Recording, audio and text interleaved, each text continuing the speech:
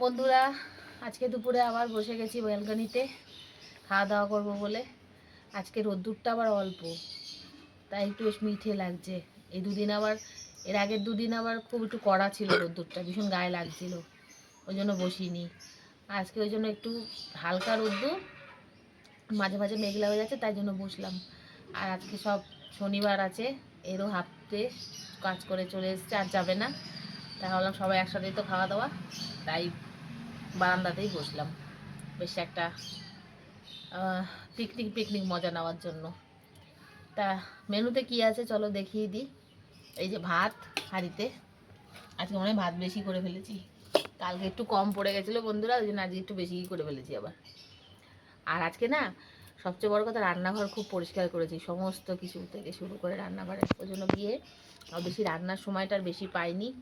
আবার ছান পুজো করলাম সব করতে গিয়ে, আর রান্নার সময়টা বেশি। তারপর বলছে আজকে ডাল আবার খাবে না, যে ডাল খেতে আর ভালো লাগছে না, তাই জন্য আর কি একটু ডালটা আর করা হয়নি। তাই এই যে শুক্তো করে নিয়েছি, দুধ শুক্তো, গাজর, কাঁচকলা, পেঁপে, সিম, বড়ি, উচ্ছে, বেগুন, আলু সমস্ত কিছু দিয়ে, শুধু সজনের ডাঁটাটা পড়েনি এর মধ্যে। আর এখানে একটু বেগুন ভাজা করে নিয়েছি, ছেলে খায় না, ওইও মনে হয় খাবে না, আমিই খাবো এটা একটু ঘি দিয়ে ভাত মেখে। আর এটা হলো ফুলকপি আলু ছানা ভাজা দিয়ে, একদম লাল লাল, দেখো বন্ধুরা, আবার একদম টকটকে তরকারি। মনের মতো দুপদ হলেও না, একদম তরকারি দেখো একদম কীরকম, দেখো এত সুন্দর হয়েছে মনে হচ্ছে না একদম। আর কি জানো তো বন্ধুরা, মনের মতো যদি দু রকমও হয় ভালো, মানে মনের মতো মানে খাবার দু রকমও যথেষ্ট হয় খাওয়ার, মানে বেশি পদের থেকেও, যদি মানে সেই রকম মনের মতো খাবার হয়।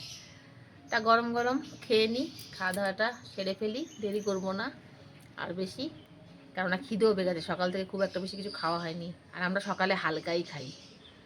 তাহলে দেখা হবে খুব শিগগিরই নতুন আবার একটা ভিডিওতে। ভালো থেকো, আর আমার ভিডিও ভালো লাগলে লাইক শেয়ার সাবস্ক্রাইব করো। তাহলে টাটা বন্ধুরা।